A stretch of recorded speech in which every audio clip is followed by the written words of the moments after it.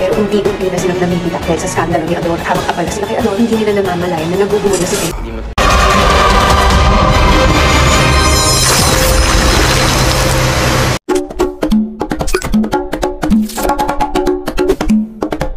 Matapos ngang ibalita ni Olga sa mga Piero na absuelto na ang pamilya, lalo na si Ador, tungkol sa pagkakasangkot nito sa pagkamatay ni Stella, ay tinawagan na ni Pilis ang kanyang mga anak para sabihin pwede na silang huminga ng maluwag dahil nalinis na ang pangalan ng kanilang daddy Ador.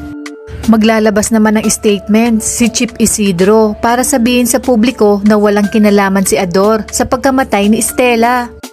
Dahil mismong ang kasintahan nito ang umamin sa nasabing krimen.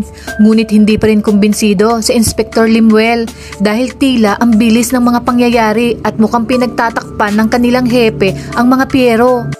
Ayon pa sa kanya na hindi dito natatapos ang kanyang investigasyon dahil may nararamdaman siyang hindi tama. Binantaan naman ni Olga ang dating kasintahan ni Stella na pader ang babanggain niya sa oras na binangga niya ang mga Piero.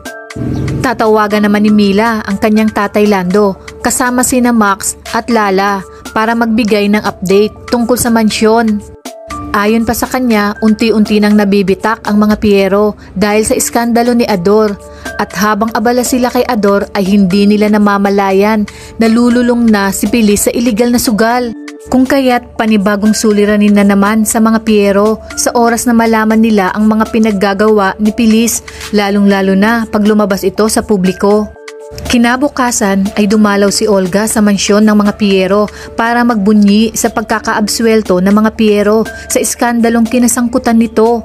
Ngunit isang malaking palaisipan na tila may mas malalim siyang kaugnayan kay Leona at yan ang ating aalamin sa mga susunod pang kaganapan sa teleseryeng hinding-hindi ka patutulugin gabi-gabi, ang Dirty Linen.